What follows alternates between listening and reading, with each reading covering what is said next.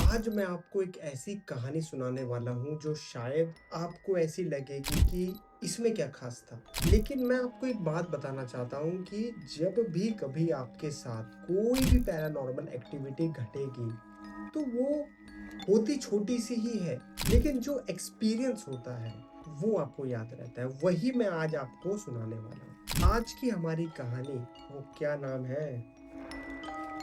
दार्जिलिंग के पास एक कलिम्पोंग पड़ता है, वहाँ की है। जो ये विवेक है, इनका जो बर्थ प्लेस है वो पूना है। लेकिन इनके पापा कुछ मीडिया का काम करते हैं, इस वजह से उनको जो है दार्जिलिंग के पास एक कालिम्पोंग नाम से जगह है, वहाँ पे उनको जाना पड़ा और अभी वो उधर पे ही रह रहे हैं। ये विवेक है, ये पढ़ाई-लिखाई में एक एवरेज लड़का है। मतलब इसको पढ़ाई-लिखाई जो ये याद करने वाली जो ये है, इसको ज़्यादा इतना पसंद नहीं है, बल्कि इसका जो इंटरेस्ट है, वो स्पोर्ट्स और ऐसी चीज़ों में ज़्यादा है। अभी 10th क्लास में है और इसके अभी प्री बोर्ड्स चल ही रहे हैं। तो कल इसका हिंदी का एग्ज़ाम है। तो हिंदी का एग्ज़ाम अपना थोड़ा बहुत पढ़-पुढ़ा के 6 बजे वापस बैठता है शाम को और 6 से 8 बजे तक लगातार पढ़ता है। अब इसके बाद इसे लगता है कि भाई मैं थोड़ा-सा बोर हो रहा हूँ, तो सोचता है कि चल यार ऐसा करते हैं शाम को थोड़ा-सा वॉकिंग करके आते हैं, थोड़ा अच्छा रहेगा, थोड़ा दिमाग खुल जाएगा। तो ये अपनी मम्मी को कहता है कि मम्मी चाय बना दो। चाय पी के फिर ये सोचता है कि मैं थोड़ा-सा घूम-घाम के आऊँगा तो मुझे अच्छा लगेगा। मम्मी 5 मिनट में चाय बना देती, चाय-वाय पी के फिर ये अपने घर से बाहर निकलता है।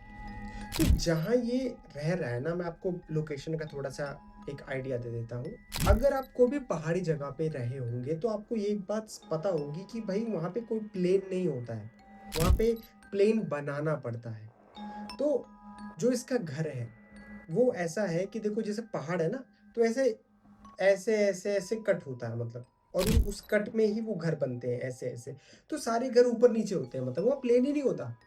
अगर आप किसी पहाड़ी में एरिया में जाओगे तो आपको प्लेन मिलेगा ही नहीं। उसके घर भी ऊपर-नीचे ऐसे-ऐसे करके होते हैं, बीच में पार्क होता है। जब वो पार्क के लिए निकलता है और उसके पार्क से उसका घर जस्ट 300 मीटर ज़्यादा से ज़्यादा दूर होगा।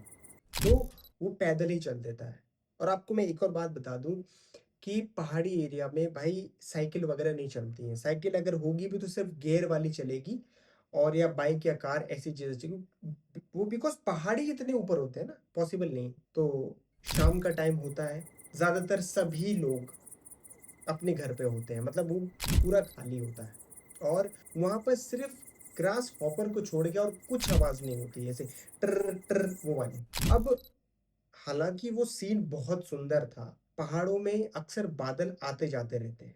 बादल आ जा रहा है और उसके साथ जो चंद्रमा हल्का-सा दिख रहा है, तो वो बहुत सुंदर लगता है। मतलब अगर आप किसी पहाड़ में रहे हो तो बहुत सुंदर होता है। तो वो उसी चीज़ को देखने के लिए अपना वो पार्क में बैठ जाता है। वहाँ पे जो ऐसा वाला झूला होता है ना, सी-सॉ जिसको बोलते हैं, उसमें बैठ के वो झूलने लगता है। झूलते-झूलते अपने चारों तरफ जो है देख रहा होता है और मतलब महसूस कर रहा होता है। उस पूरे पार्क में उसे छोड़ के वहाँ कोई नहीं होता है। तो उसे ये भी अच्छा लगता है कि यार कोई है नहीं, बहुत बढ़िया है। अब जैसे ही वो झूल रहा होता है, एक हल्की-सी एक हवा आती है। वैसे ठंडी का मौसम था, जनवरी-फरवरी का टाइम चल रहा होगा। तो उसी वो हवा उसके अंदर घुस जाती है मतलब, वो जैकेट वगैरह पहने है सब कुछ, लेकिन अंदर तक उसको ठंडक महसूस हुई। अब वो सोच रहा है कि यार मैं जैकेट वगैरह सब पहने हूँ यार, ये ठंडी क्यों लग रही है यार? तो झूले को धीरे कर लेता है। अब जैसे ही झूले को धीरे करता है, वो आस-पास महसूस करता है। तो वहाँ पे उसे एक अजीब-सा ना जो डिस्टर्बेंस फ़ील होता है कि मतलब एक अजीब-सा कुछ अच्छा फ़ील नहीं हो रहा है। तो उसे ऐसा लगता है कि शायद एग्ज़ाम का प्रेशर है, इस वज़ह से है और ये फ़ीलिंग उसको आई। अब वो कहता है कि चल यार छोड़ यार, बहुत झूल लिया, अब मैं घर चलता हूँ। तो घर की तरफ चल देता है। अब जब वो घर की तरफ जा रहा है, तो घास है नीचे, तो वो सोचता है कि यार थोड़ा-सा घास में घूम लेता हूँ, फिर जाऊँगा। चप्पल एक तरफ उतार देता है और फिर नंगे पाँव चलता है थोड़ा। तो जैसे अगर आप घास में चलते हैं तो ऐसे शप, शप, शप ऐसे आवाज़ आती है, तो यही आवाज़ आ रही थी। लेकिन अचानक से उसे ऐसा लगता है कि शप, शप करके पीछे से भी आवाज़ आई। वो पीछे मुड़ के देखता है। वो सोचता है कि यार उसे लगता है नहीं, नहीं ये रहने दो, ऐसा कैसे हो सकता है? फिर से चलता है। फिर से उसको शप शप शप, मतलब उसके स्टेप्स हैं वो तो आ ही रहे हैं, लेकिन उसके साथ पीछे वाले से भी आ रहे हैं। फिर से पीछे मुड़ के देखता,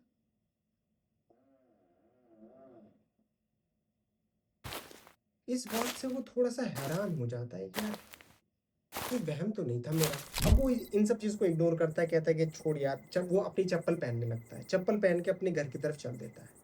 अब चलते अब उसको, जैसे ही वो घर पहुंच जाता है और घर, बस बस वो एंट्री लेने वाला है, अचानक से वो पीछे पार्क की तरफ देखता है ऐसे। जब वो पार्क में था तो वहां तो कोई नहीं था, लेकिन इस बार उसे एक छोटा सा 12 साल का बच्चा होगा, वो उसे देख के इशारों में बुला रहा है। अब वो चिल्ला के बोल देता है कि मैं नहीं आ रहा, जो तुम भी हो चले जाओ घर। वो फिर से इशारे में बुलाता है ऐसे-ऐसे। उसको थोड़ी-सी क्यूरियस होती है कि यार ये कौन बच्चा है और मुझे क्यों बुला रहा है? तो वो वापस पार्क की तरफ चल देता है। अब चलते-चलते ऊपर वो ये देखता है कि मौसम साफ है, चंद्रमा की लाइट पूरी दिख रही है, लेकिन वो बच्चा क्लियर नहीं दिख रहा है। बस ऐसा लग रहा है कि जैसे परछाई है उसकी, और वो मतलब ऐसा लग रहा है कि वो दिख क्यों नहीं पा रहा है। वो वहां जाता है देखने के लिए। अब जैसे ही वो पार्क पहुंचने ही वाला है, जस्ट पार्क में वो जैसे ही एंट्री मारता है, वो बच्चा गायब। भाई उसकी हालत खराब हो जाती है कि यार अभी तो वो बच्चा मुझे दिख रहा था, मतलब दिख ही तो रहा था, गया कहाँ? वो चारों तरफ ऐसे करके देखता है, उसे कहीं नहीं दिखता है।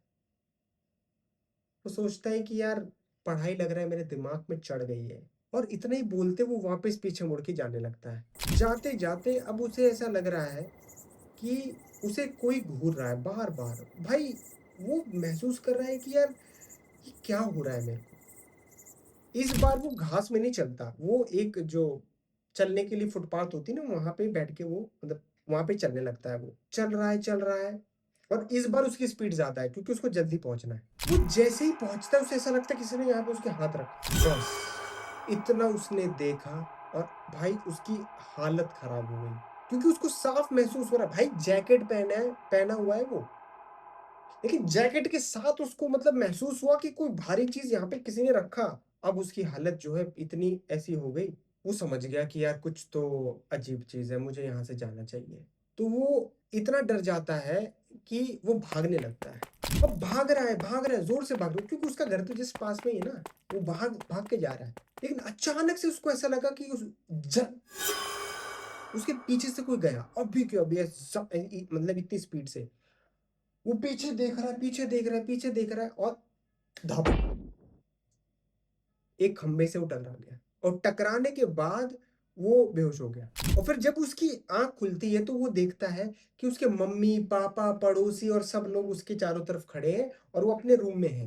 तो सबसे पहले उसकी मम्मी पूछती है, बेटा ये कैसे हुआ, क्या हुआ, और यहाँ पे, और उसके मतलब सर में पट्टी बंधी हुई है और यहाँ पे काफी सूज गया है। तो वो सब कुछ बताता है अच्छे से कि ऐसा ऐसा ऐसा था, ऐसा ऐसा था। एक बात है जो मैंने आपको अभी तक नहीं बताई है, वो ये है कि जस्ट अभी 15 दिन भी नहीं हुए हैं, और बगल में ही एक बच्चे की एक्सीडेंट होके डेथ हो चुकी है।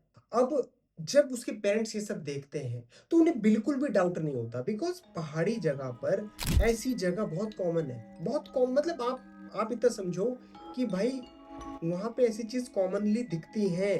घोस्ट आइडेंटिटीज या ऐसी चीजें बहुत कॉमन है वहां पे, मतलब ऐसा मिल जाता है। हालांकि हर जगह नहीं मिलता है, लेकिन ऐसी चीजें कॉमन, जैसे आपने देखा होगा कुछ जगह ऐसी प्रॉन होती हैं भाई, पैरानॉर्मल एक्टिविटी से जुड़ी, तो वैसी कुछ जगह होती हैं। मैं पर्सनली गया हूँ भाई, मैंने देखी है वो, मैंने महसूस किया है, इसलिए बता रहा हूँ। तो उनके पेरेंट्स को ये बात कंफर्म हो जाती है, और वो कुछ नहीं करते हैं। वो कहते हैं कि सब कुछ सही हो जाएगा, पढ़ाई लिखाई में ध्यान दो, बिकॉज वो यार 10 साल का बच्चा है, वो सॉरी बच्चा है, वो सिर्फ 10th क्लास में छोटा है, इसलिए उसको कुछ नहीं बताते, बोलते हैं कि चलो छोड़ो रहने दो। विवेक जी ने जब ये स्टोरी लिखी तो मैं समझ गया कि क्या मैटर है, बिकॉज मैंने भी ऐसी चीजें एक्सपीरियंस की हैं और मैं समझ पाया था। आज विवेक जो है अभी बैंगलोर में है और अपनी एक प्राइवेट जॉब में है और खुश है, सब कुछ बढ़िया है, फर्स्ट क्लास, कोई दिक्कत नहीं है। उन्होंने अपनी कहानी में ये चीज बताई कि देखो कितना छोटा था एक्टिविटी, लेकिन जब आपके साथ ये चीज घटती है ना तो वो फील बहुत खतरनाक होती है, मतलब भाई मजा आ जाता है। आज सब कुछ बढ़िया है, और मैं उम्मीद करता हूँ ये छोटा सा एक्सपीरियंस आपको काफी इंटरेस्टिंग लगा होगा और मैं कोशिश कर पाया हूँगा आपको समझाने के लिए कि भाई कैसा एनवायरनमेंट था और क्या-क्या हुआ था। मैं अक्सर आपके लिए ऐसी स्टोरीज़ लाता हूँ जिनका कोई नाम नहीं है, गुमनाम है। चैनल का नाम ही यही है, गुमनाम। और ऐसी स्टोरीज़ आपके लिए लाता हूँ जिनका कोई नाम नहीं है ताकि आपको पता लगे कि ऐसी भी चीज़ें होती हैं। आपको कैसी लगी ये स्टोरी?